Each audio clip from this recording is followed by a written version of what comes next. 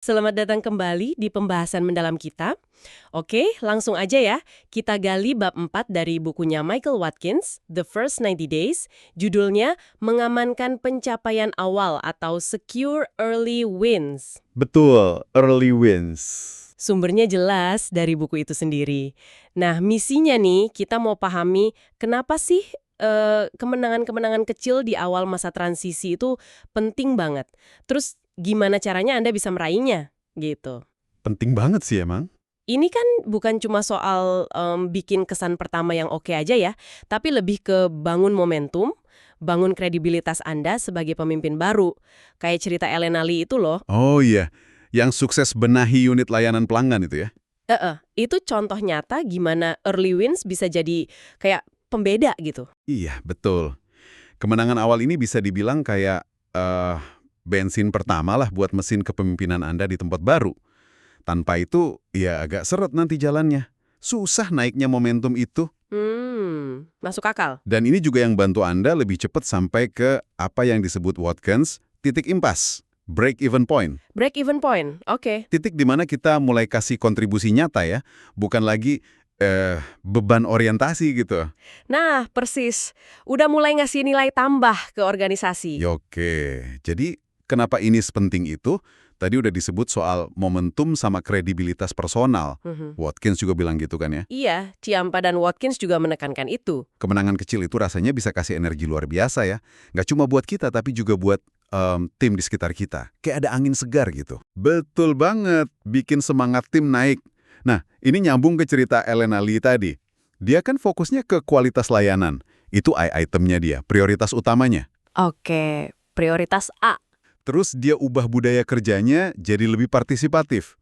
Hasilnya, ya kinerjanya naik, moral tim bagus, dan otomatis kredibilitas dia sebagai pemimpin baru langsung, wah, terbukti gitu. Tapi pasti ada tantangannya dong ya. Ada jebakan-jebakan yang perlu dihindari. Oh jelas ada. Hati-hati nih. Ada beberapa jebakan umum yang, wah, sering banget bikin pemimpin baru kesandung. Yang pertama, dan ini kayaknya paling umum, gagal fokus. Gagal fokus. Maksudnya gimana tuh? Yaitu, kayak kata Stephen Leacock, berkuda ke segala arah dengan gila. Pengennya ngerjain semua hal bagus sekaligus. Akhirnya, nggak ada yang benar-benar kelar atau dampaknya nggak signifikan. Iya. Terlalu banyak mau ya. Betul. Kedua, kemenangan yang dikejar itu nggak nyambung sama prioritas utama. Entah prioritas Anda sendiri atau, lebih parah lagi, nggak sejalan sama prioritas atasan Anda. Jadi menang sih menang, tapi nggak relevan gitu ya. Tepat. Ketiga, ini juga krusial. Salah baca konteks bisnis. Nggak semua situasi sama kan? Watkins punya model STARS itu. Beda loh antara masuk ke startup, turnaround, realignment, atau sustaining success. Oke, stars, startup, turnaround, realignment, sustaining success. Nah, apa yang dianggap kemenangan besar di situasi turnaround, misalnya nyelamatin biaya cepat, mungkin malah nggak penting atau bahkan keliru di situasi realignment yang butuh pendekatan lebih halus. Wah, iya juga ya. Konteks itu kunci. Termasuk juga mungkin jebakan keempat soal budaya ya. Apalagi kalau kita orang baru dari luar. Nah, itu dia. Mengabaikan budaya. Apa yang dianggap sukses atau cara meraih sukses di perusahaan lama Anda bisa jadi malah jadi bumerang di tempat baru. Misal, kalau budayanya sangat kolaboratif, terus Anda datang dan terlalu grandstanding atau pamer capaian individu, ya bisa salah. Oke. Hindari pamer kalau budayanya kerja tim. Dan yang terakhir, ini penting banget, jangan sampai cara Anda mencapai tujuan itu malah merusak tujuannya.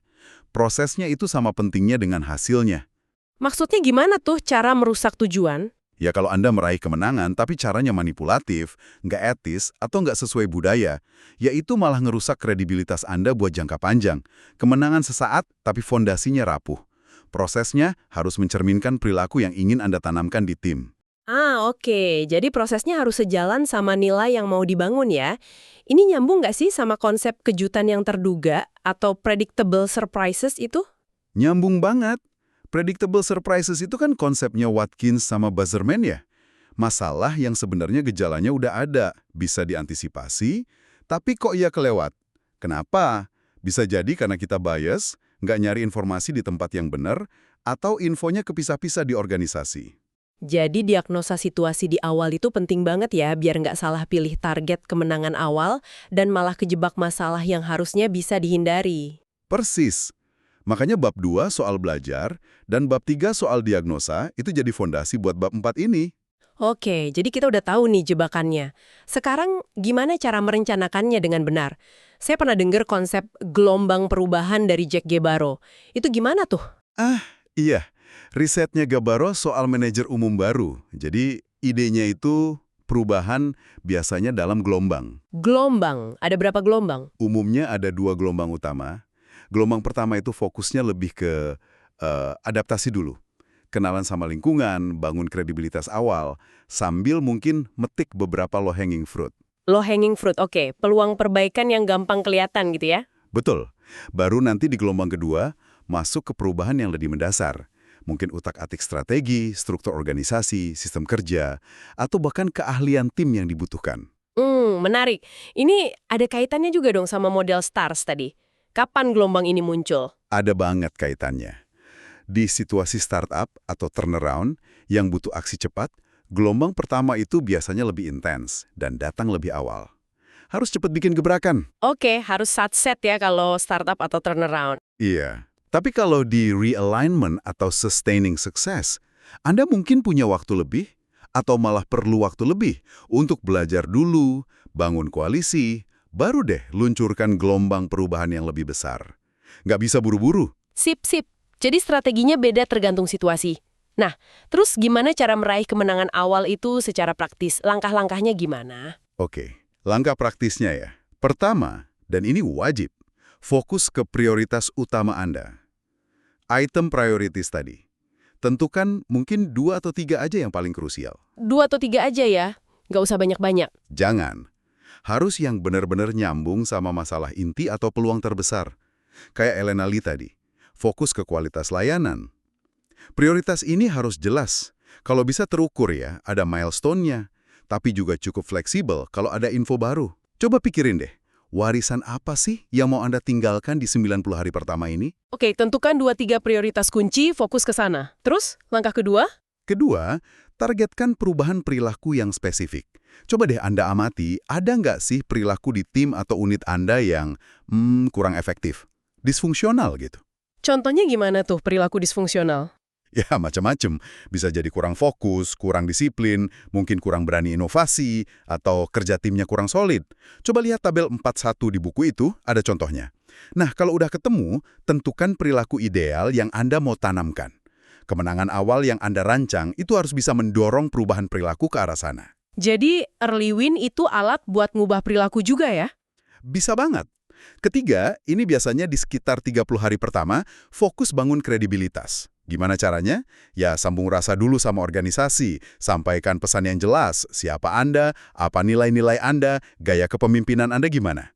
Komunikasi di awal penting ya? Banget. Terus beresin deh masalah-masalah kecil tapi nyebelin yang mungkin udah lama nggak diurus. Watkins bilang kayak cabut kerikil dalam sepatu.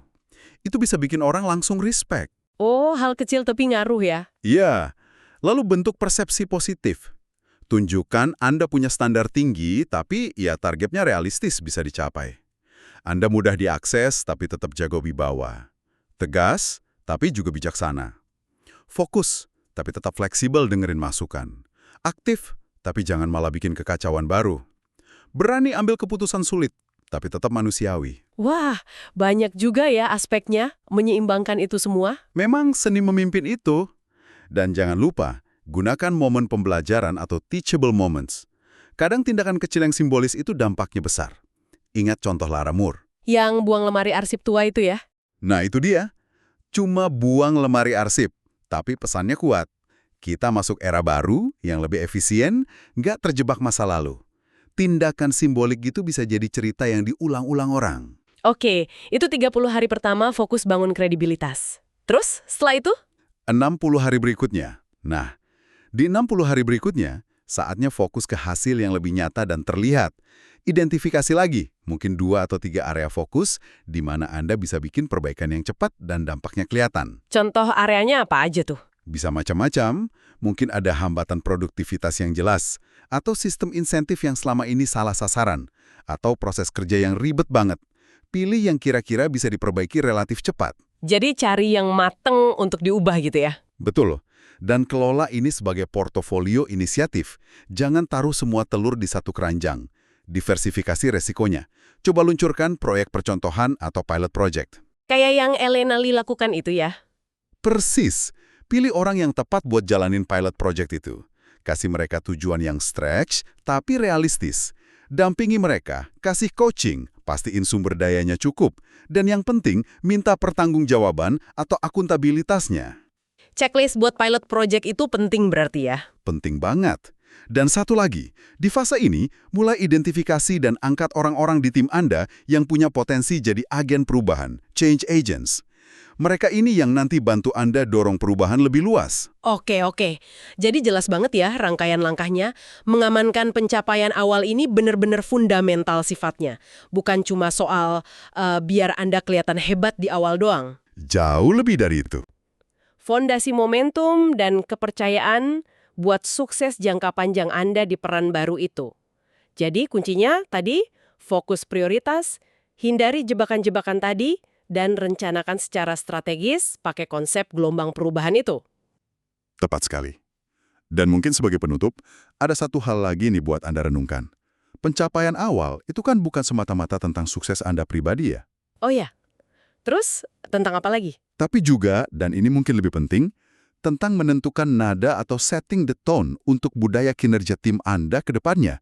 Gimana kalau ternyata cara Anda meraih kemenangan awal itu justru ngirim pesan yang lebih kuat daripada kemenangan itu sendiri? Menarik. Balik lagi ke jebakan cara merusak tujuan tadi ya? Betul. Jadi pertanyaannya buat Anda, gimana Anda akan memastikan kalau proses pencapaian awal Anda itu nanti benar-benar selaras, benar-benar sejalan dengan nilai dan perilaku positif yang ingin Anda bangun bersama tim Anda? Wah, pertanyaan yang bagus banget buat jadi bahan refleksi. Oke deh, kayaknya udah cukup dalam ya pembahasan kita kali ini. Ya, udah cukup komprehensif untuk bab 4 ini. Sekian dulu pembahasan mendalam kita, sampai jumpa di kesempatan berikutnya.